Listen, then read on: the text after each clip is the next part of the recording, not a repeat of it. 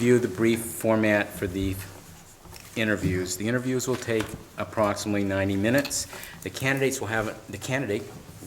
Gailitis, will have an opportunity at the end of the session to make a closing statement and ask the board any questions that may be on his mind. The interviews are being taped by Channel 25 and will be aired over the weekend. We are not going to take any questions from the audience during these interviews, but we have candidate assessment forms on the side table that we wish you'd fill out for each candidate, and you can also fill out the one that's located on our website, which I won't repeat that, but there is a candidate form on the one side under the superintendent search.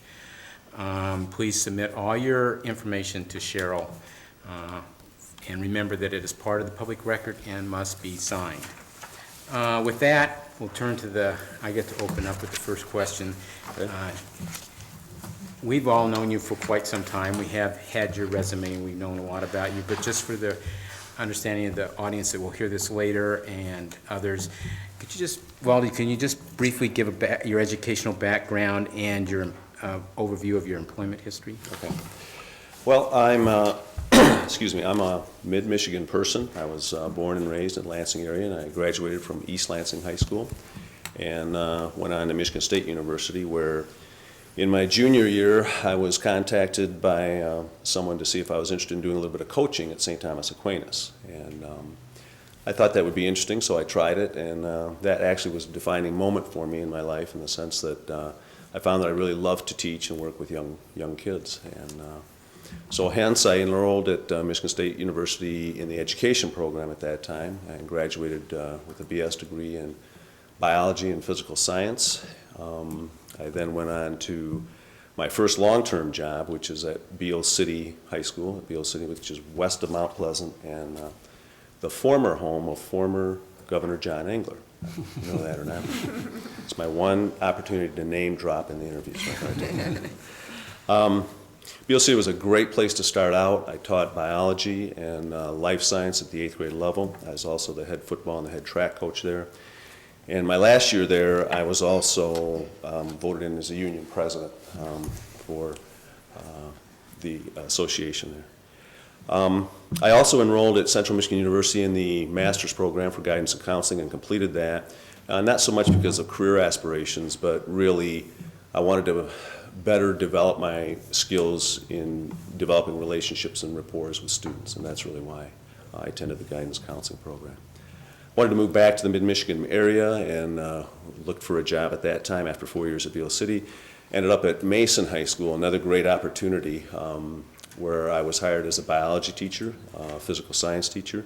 I also started a career education program career education class, excuse me, at the high school with a law component, and was a contact counselor at the Career Center as well. As a head football coach and a head track coach there, for 11 years during that time. Our newly appointed principal, Tim Young at the time, asked me if I'd be interested in doing a part-time, half-time assistant principal position with the teaching. I hadn't thought much about administration, but I thought it was a good opportunity because I could still stay in the classroom. So I took that. I enjoyed it, and in the second year of that opportunity, our middle school full-time assistant principal position came open, and central office wanted me to fill that position. And I did so actually reluctantly, because I was a little bit worried about leaving the classroom, and again, the kind of relationships you build with students as a teacher are unique, and I was worried about that a little bit. But it was a good move, and I enjoyed the new kinds of relationships I had with students, as well as certainly with staff. It was a whole different realm that way as well. And once I found I did enjoy administration, I enrolled at Michigan State University in the educational specialist program for administration, and completed that as well. And then I felt that I was ready for a principalship, and sought that, and again, very fortunate to be hired here at Hazlitt as the principal of our middle school. And, I'm in my 13th year here, and I couldn't be happier in the sense of the position that I'm in. That's it. Thanks, Valdy. I'll ask the second question. Hazlitt prides itself in being a progressive district. Tell us about how you have worked with others to develop new and creative ideas to advance learning opportunities for children. Well, I think one of the things that is appealing about Hazlitt, and I think why we have excellent programs that we do, is the sense of community that we have in the district. Collaboration is very important, and being an administrator here for 13 years, I understand that. Working closely with teachers and staff in looking at the learning needs of students is very important. I believe we need a sense of direction and purpose in that area for the district, and I would work very hard at trying to develop a culture with our professional staff that really not simply ensuring that students are being taught, but also that students are learning. And that's a basic shift, but it's a basic shift from a focus on teaching to a focus on learning, and I believe that that could be have tremendous implications for student learning, and can take Hazlitt to the next level of student achievement and district-wide excellence. Valdy, can you give us some examples in which you've had several things that needed to be done at the same time and are of equal importance? This will be a tough one for you. And how did you handle them? Okay. Well, that's certainly part of the job. Actually, I think you need to be a little ADD to be in this kind of a job, to multitask in that sense. Really, it happens on a daily basis for the most part. This is a good time, actually a good time of year where we have our PA 25 reports due. We have to have year-of-end procedures and dismissal procedures in position.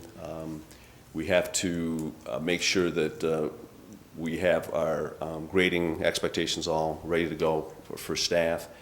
And at the same time, you have to have your door open and be able to problem solve the everyday kinds of issues that come up for you that normally do. You just basically prioritize and you work on the things that need to get done immediately, and you kind of tear off on the other things. You do get interrupted, and sometimes that first priority doesn't get done, and that's when you spend the extra time in the office, whether it's in the evening or on a weekend, or you come in early. But it's a juggling act, and you need to be organized and prioritize, and I feel that's what I've done and can do well. Thank you. Valdy, can you give us some examples of how your work experiences qualify you to be superintendent of Hazlitt? Okay. I think there's several areas. I think, first of all, working closely with staff is extremely important. I think again, the collaborative process and teamwork is important. I've done that for 13 years. I've intentionally been involved with the negotiation process. I've been part of a board representative on the negotiation team, and I think that has really had an impact on me in helping me garner an understanding for the impact that contract settlements have on your budgets and school finance. I've also been involved with the contract negotiation piece of our calendar, as well as our evaluation instrument. I've been on the committees for that. Curriculum development has been a big piece for us in the district, and I feel like I've been one of the administrators of several that has helped spearhead our curriculum mapping project, which I think has been a significant undertaking for us in the past few years. I think that has impacted our curriculum more than anything else I've seen in the 13 years I've been here. Teacher evaluations and the procedure that you work with staff in terms of sometimes improvement, growth plans, some that are just excellent, and we have a lot of wonderful people that work here, and so when you work with a growth plan, you see some growth and some real professional accomplishment. It's rewarding for all of us. So then involved with, again, being out involved with students, out in the different events that they have, out in classrooms. I make it a point to be at least twice. I try to be 3 times in the classroom for teachers during the year, which translates to about 100, 150 classroom visits, and I think that's important to be out visible and accessible for people, and that I think also is the kind of leadership in a superintendent that helps for the position. I think that about covers it. Thank you. Well, you touched on just briefly there the budget. I mean, and as you probably wondered why we've waited so long to ask you a budget question. Exactly. At any rate, In the development of a budget, as a superintendent, what do you see would be perhaps your major goals, your major objectives that you would want to establish in a budget? Well, it isn't, I know that there's a lot of specifics of the budget that we need a business manager to actually take care of the little P's and Q's surrounding that. But essentially, we have, as Dave Martell would say, about 80% of the revenues that we get is state aid, and about 80% is in compensation that is on the expenditure side. So certainly, contract settlements and negotiations has to be a priority with the district.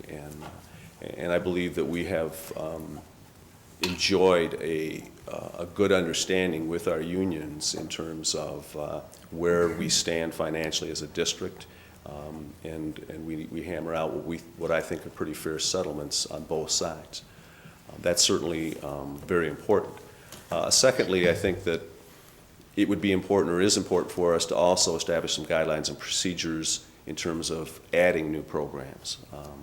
Certainly it should be in line with our direction of focus educationally, and we're in times now that if we're going to look at adding something and we really feel that it's important, then we're probably going to have to take a look at what we're going to need to remove or in place of, as opposed to an add-on, and I think that's extremely important. So looking at your expenditures is extremely important, and how you're going to go from there. Declining enrollment is certainly an issue, and that's something that it needs to be addressed and is hard to address. Schools of choice is one way of going about that, and I know that the board, along with Bob, has had a conservative, I guess a good way to put it is a conservative approach to that, because it certainly can change your sense of community, and I would agree with that. I think our MSU partnership with the preschool could have some advantage in that area, possibly, as families are exposed to that. Possibly we could increase a little bit of schools of choice there, because they're beginning with our culture right from the start. Or it could certainly encourage families to move into the district as well. So those are all things that we need to look at. Possibly looking at a marketing plan too for us, maybe in cooperation with the Meridian Township and maybe realtors, in terms of, I know Okemos is doing a little bit of this, in terms of maybe some development of affordable housing for families, and to get students in would be key. Just in a way of sort of a follow-up, and I think you've sort of briefly touched on it there, in part of your answer there, was during a period of declining revenue, which would be Right. obviously going right along with declining enrollment. How do you explain, or how would you explain, or try to determine your priorities to reallocate those sources as a result of declining? And you did touch on that earlier. But Yeah, well, I believe that, again, what our focus and direction, and it has to be in student learning, that has to be our number one priority, and to impact that the least in terms of budget reductions or budget adjustments would have to be the number one priority of the district, I believe. And so we have to set up guiding principles or guidelines that would help us to adjust the budget in a manner that would save as many of the programs that directly affect students and student learning. That has to be the number one priority. Okay. Work your way to that. great, thank you. Valdy, you'd already mentioned that you've had extensive experience in the collective bargaining process, the calendar negotiation on the school year, the contract negotiation with the unions. What is your philosophy regarding that entire process? Well, I think we've enjoyed maybe a somewhat unique relationship with our unions, and I think Bob deserves the credit for that. I think he's established that with our staff, and I think it's been a positive and a good way to go. I think as the philosophy is going into negotiations, first of all, I don't believe that the board or anyone is interested in financing our local education on the backs of our employees. I don't think we're interested in doing that. On the other hand, though, we certainly can't break the bank in terms of negotiating a fair settlement. So there has to be some middle common ground, and one of the things that we would do is look at different ways to compensate, or different ways that we can find to maybe help out staff and get a fair a settlement, a fair compensation for them that maybe wouldn't be as big of an impact on the budget in current years or the next year or two. So that would be my philosophy essentially in terms of that. Valdy, as superintendent, what do you see as your role in promoting student achievement? And what efforts you made to ensure, in your role as principal at Haslet Middle School, that's happened in this district? Well, I think one of the things, again, I would like to see a focus really centered on student learning and, you know, whether students are learning. I think there's 3 questions that we can ask as teachers in small groups, and that is, what is it that we want students to learn? How do we know that they're learning? And then the third thing is, when they're having difficulty learning, how are we going to respond? What are the things that we can do to intervene and cause the learning to happen? So I think that culture, again, and through our professional development and establishing that kind of a focus can be very important in achieving success and improvement in learning. The things that we've done at the middle school is through our teaming process and team planning, we've tried to incorporate those kinds of thinking. We look at best practices for students to see if we can help to improve the instructional practices that we have.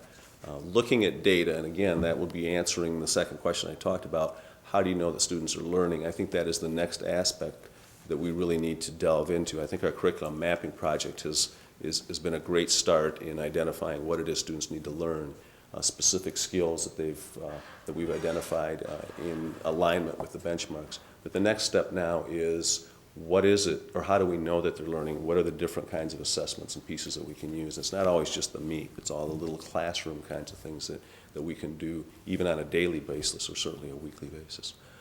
In terms of school-wide, what I've done, when I came to Haslet, I brought a Student of the Month program to the district. That's been received very popular. It's been wonderful because sometimes we don't want to take our students for granted. We've got wonderful students here and they do a good job on a daily basis. And the Student of the Month program works hard at recognizing those students, basically for academic achievement and performance, but certainly a good work ethic too, and citizenship. And we make sure that they can win it once in a year so that we get as many students through as possible. We have an honor roll too that we have students that can make the honor roll, and we've had a scholars list. This year we got away from that because of our exploratories, and I'm not going to get into that, but the scholars list has been an all A's list as well for our students. So, and our teachers do a good job of recognizing accomplishments by their students. They'll bring them up to us. We'll do things in the classrooms and through prime times to recognizing our students for achievements as well. Valdy, could you give us some examples of the appropriate role or the potential opportunities for technology in enhancing student instruction or student learning? Okay. Well, that's certainly an area that we need to take a look at, even more probably than what we are. Ideally, it would be wonderful to integrate technology more into the classroom setting. That's where it really needs to happen, is at the classroom level. Again, if we're talking about student learning, and we really do focus on whether students are learning or not, it's about best practices and what happens in the classroom, and technology needs to be a part of that. We have a ways to go for a lot of reasons. There's nobody's fault. Part of it is the age group that we're in. Certainly the teachers that we're bringing into our district right now are so much better technology-wise and so much better educated than I am in those areas, and there's so much, my own children are so much better in technology areas than we are. So sometimes it's a struggle for us, but it's extremely important to do that. Another aspect too is, I think one of the things that we're going to see in the future, or one of the things that we're going to have to address as a school district and a board, is really the ethics of technology too.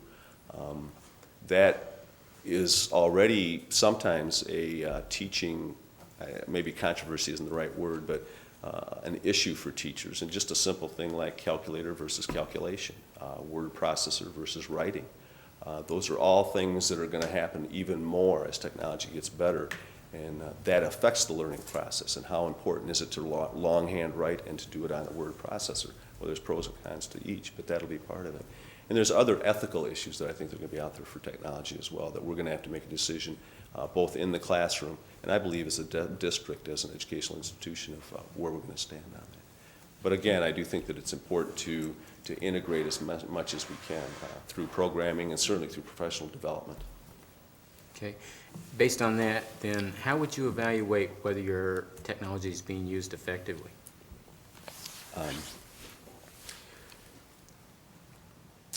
Again, if we have our teachers in focus groups working on student learning, part of that process is looking at what you're doing in the classroom. And that can sometimes, I don't know if threatening is the right word, but that can sometimes be a little unsettling if you're a teacher and you're looking honestly at whether your students are learning and maybe they're not in some area, then you honestly need to go back and look at what you're doing. And part of that examining of what teachers are doing in the classroom in small groups would certainly involve technology. Administratively, we need to be part of that in terms of the small focus groups or learning communities where teachers dialogue and have professional conversations, and we need to also be involved so we know to what extent computers and technology are used. Okay. Valdy, athletics and co-curricular activities are very important to our community and to our students.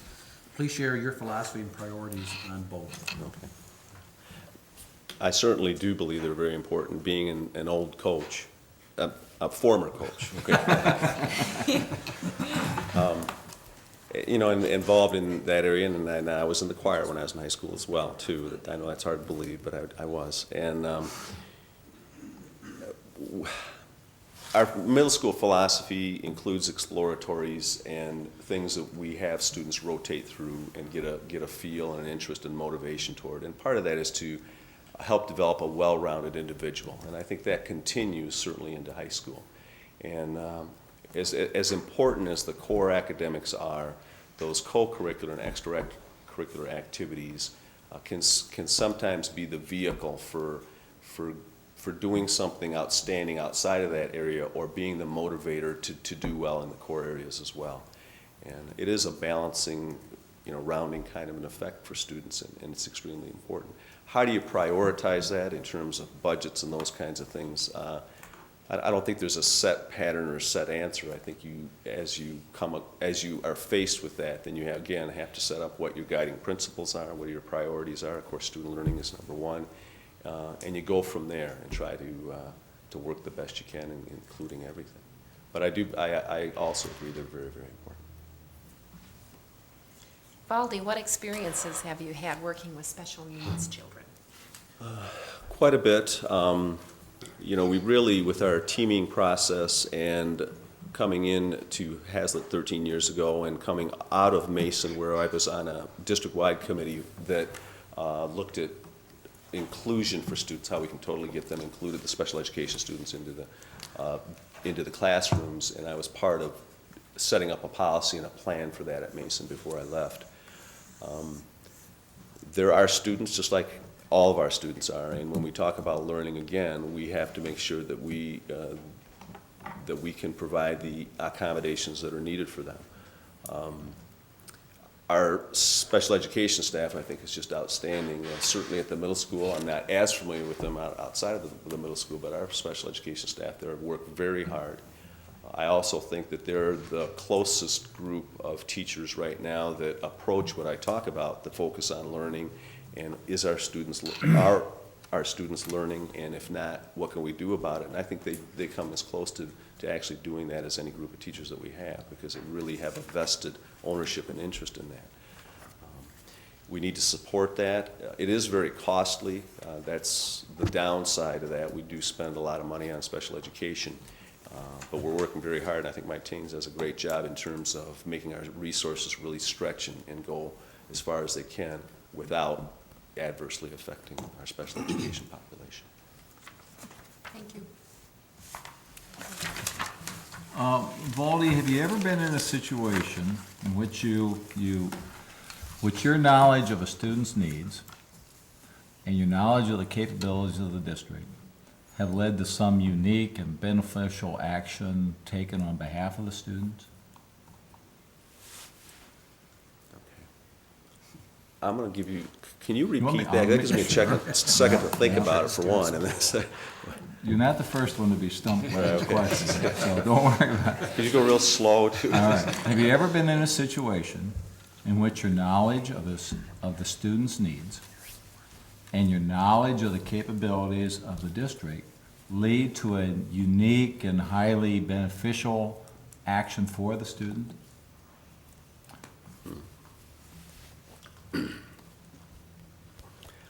No. I don't think I can, and probably when I walk out of here, I'll think of something, but I can't think of anything right offhand, to be honest with you. Okay. That was a short answer. Yeah, That was quick. I wasn't expecting to be asking my question quite this quick, but that's okay.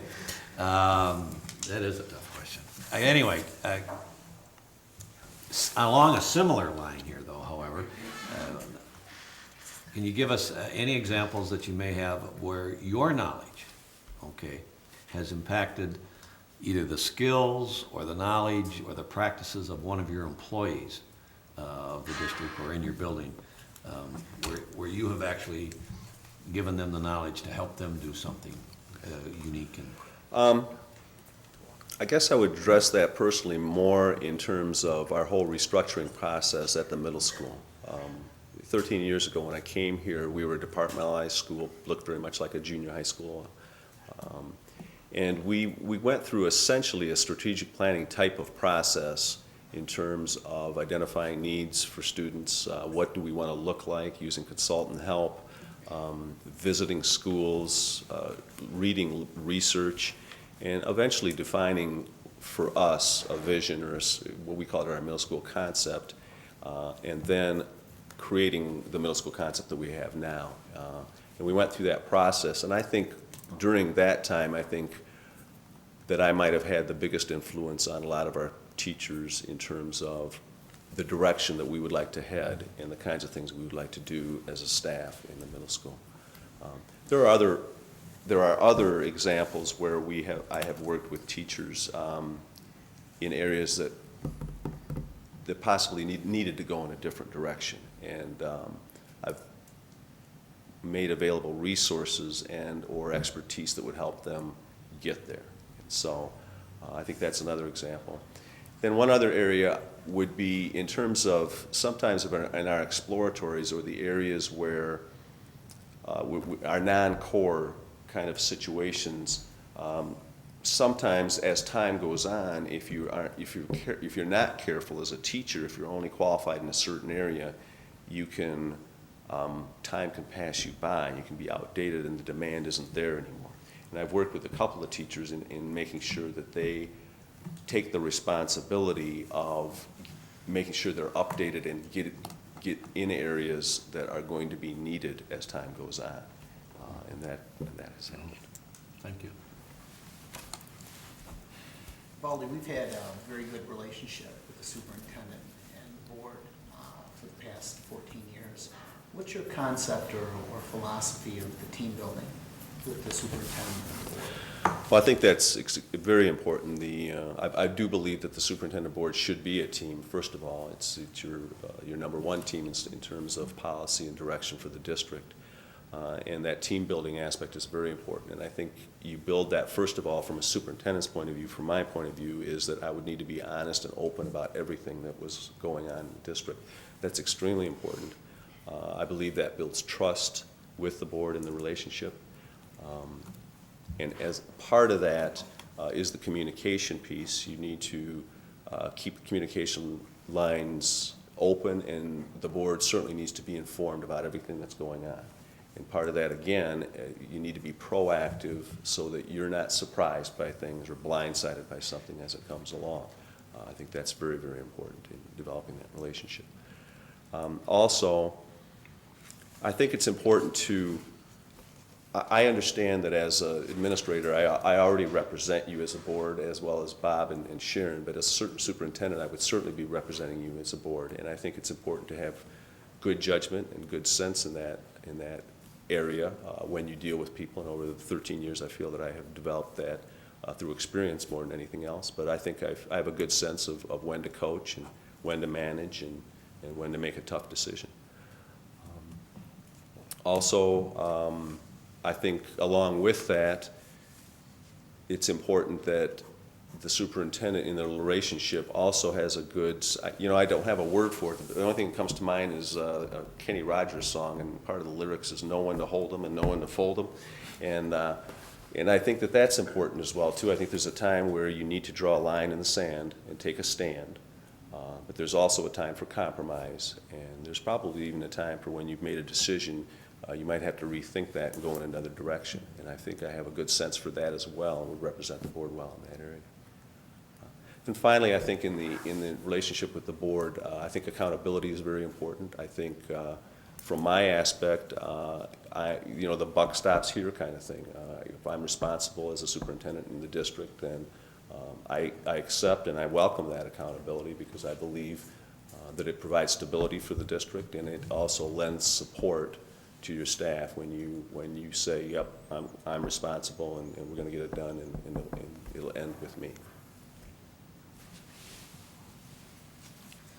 Well, they describe a situation in which you came with a proposal to your board or supervisor that you were very high on that was rejected.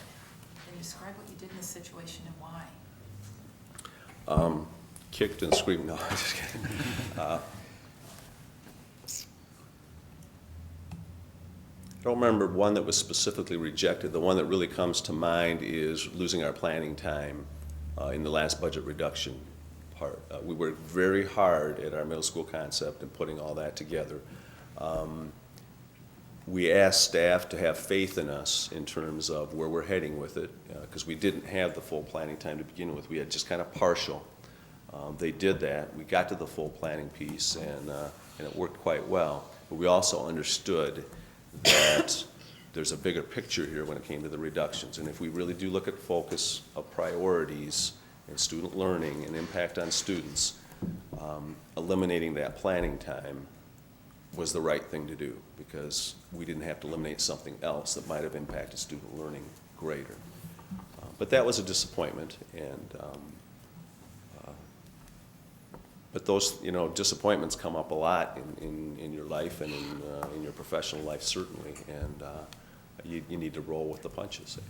And again, the biggest aspect, I think this is one of the things I've learned really from Bob and Jean on, and including Sharon as well, is that whole big picture aspect, that it's not just your building, it's not just what you're doing, it's what everybody's doing out there, and how we all intertwine and how it affects all of us.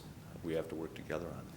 So that's important, and I think the disappointments come, but you know that it's for a better cause, I guess is a good way to put it.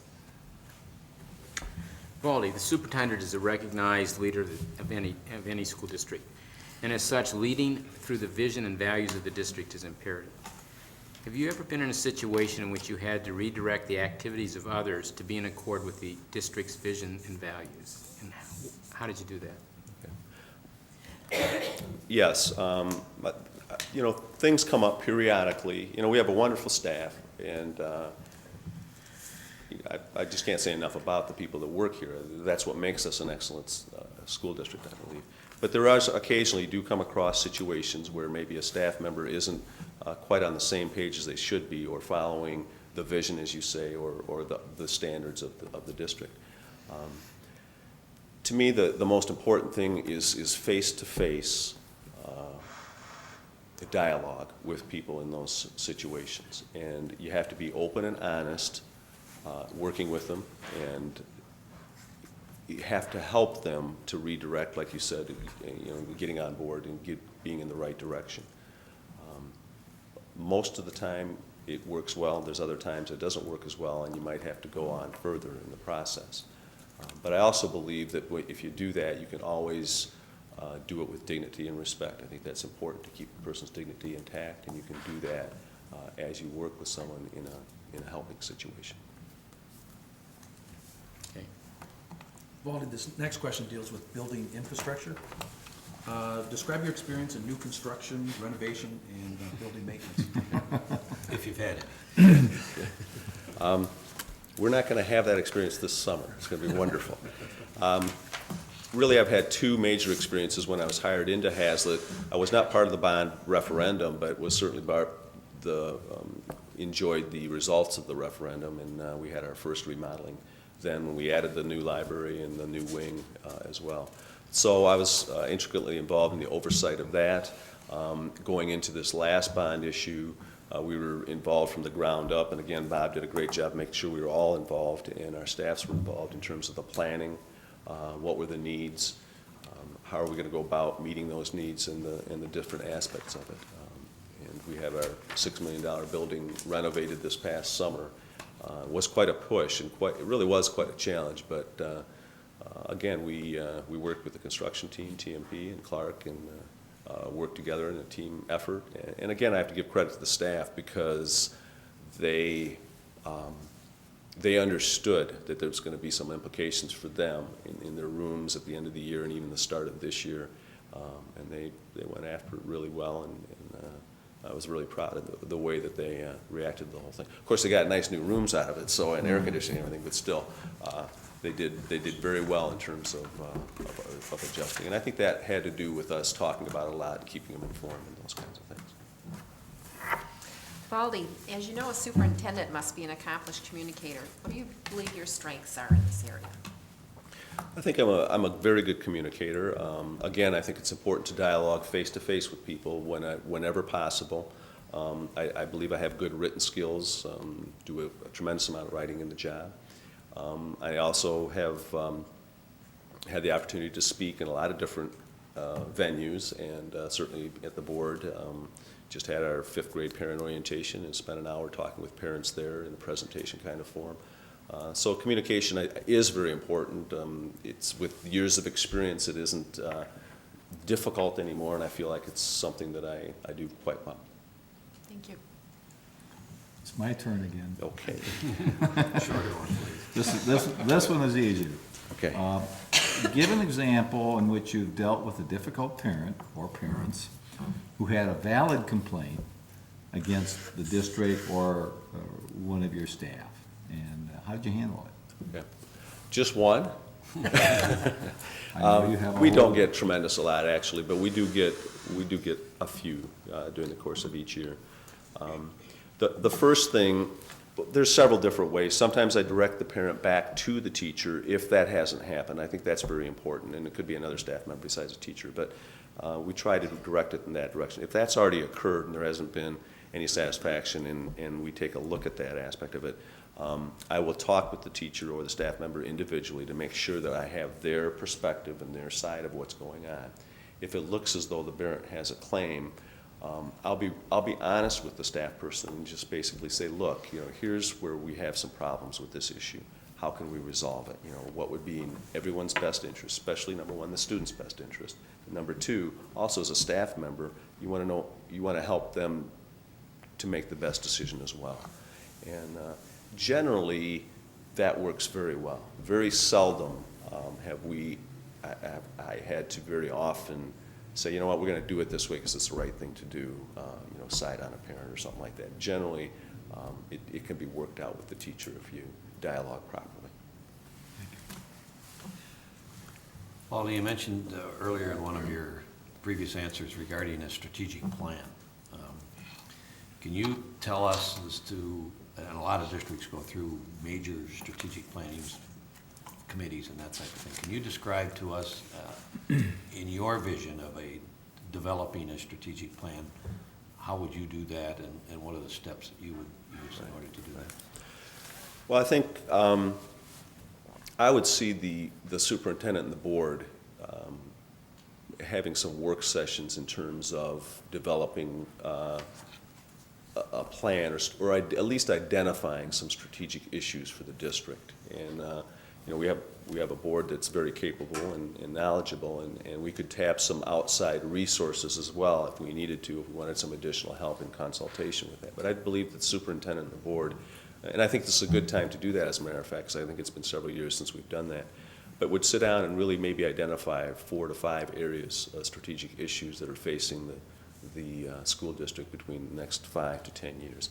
From there, once we've identified those, I would hope that the board would basically charge the superintendent to have if it was me or her, to work with the administrative team as well as the staff in developing a plan for addressing those issues, those strategic issues, and then come back to the board with the plan for approval and revision and that kind of thing. Of course, through the process, you would also involve, either through school improvement teams or action teams or forums, also an opportunity for parents and community for input regarding the strategic issues and the plans that are set forth. But that's how I would envision that. Okay. And just in follow-up to that, do you have a theory or a way that that would be evaluated? I mean, how would you, how do you know you're successful or not successful? Right. Through the strategic process, I think that has to be one of the steps that you would develop a way to assess the success of your plan. Not so much the issues. The issues are there, but once you get to the latter stages, or actually still in the developmental stages, but when you talk about the plan should also include how are you going to assess or make sure that the plan is working. And so that would be part of the development of the plan as you go through it. Okay, thank you. Give you a chance to try to hold it along. Thank you. Seem to be doing a lot. Yeah, that's right. Valdy, could you give us some examples of a collaborative effort that you've instigated a quarterback with the community? I would say I'd have to go back again to the restructuring effort at the middle school with the middle school concept. I know it was staff-driven in a sense, but we made sure that our parents were involved from the beginning with that. And essentially, we provided many opportunities for parents to come in, actually right from the get-go, when we had a consultant come in and give us a presentation, a day-long in-service regarding effective characteristics for middle schools. We invited several parents and representatives to attend that so that they would be on the ground floor and know the kinds of things that were going on. And then through every step of the way, we took a look at, we included parents through action teams and informational meetings and those kinds of things so that they would take some ownership and react positively to what we were doing. We also, I remember we did some work with, it's been several years on this one, but it was on our honor roll, in our criteria for making the honor roll. And we involve parents in that too, because that's an important issue for our community, and it isn't always just a teacher-student kind of a thing. Our parents are very interested in that as well. And we made sure that they were involved in the process as we developed new criteria for our honor roll standards. Talk about what you do the first 100 days on the job, and what would you like to accomplish? The first 100 days on the job, okay.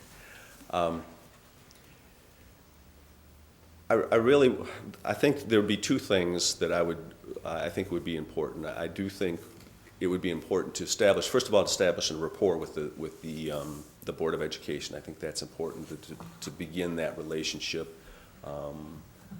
I know that many times, and I don't know if Carl's group does this or not, but many times there's actually, workshop kinds of things that you do with a new superintendent to develop a relationship. I think that's extremely important.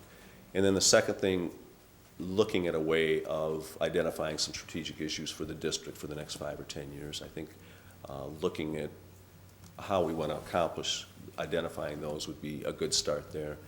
And then I'd also like to work with my administrative team in taking a look at the kind of direction and focus we want to have or follow or take a look at in terms of our instructional programs, our instructional direction. And I think we need that, and I'm very excited about doing that. And I have my own ideas about it, but I think it's important to talk with our administrators in terms of where we would like to head with that.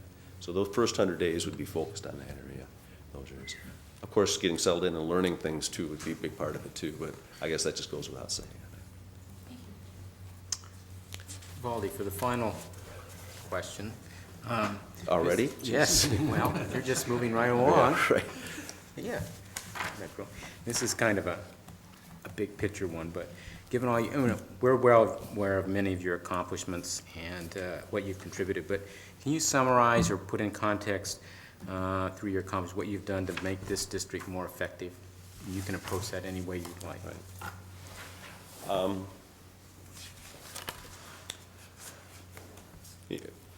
I hate to always go back to the middle school concept and the restructuring, but I do think that was a big accomplishment for our building over the past 10 or 13 years. I think that was very important.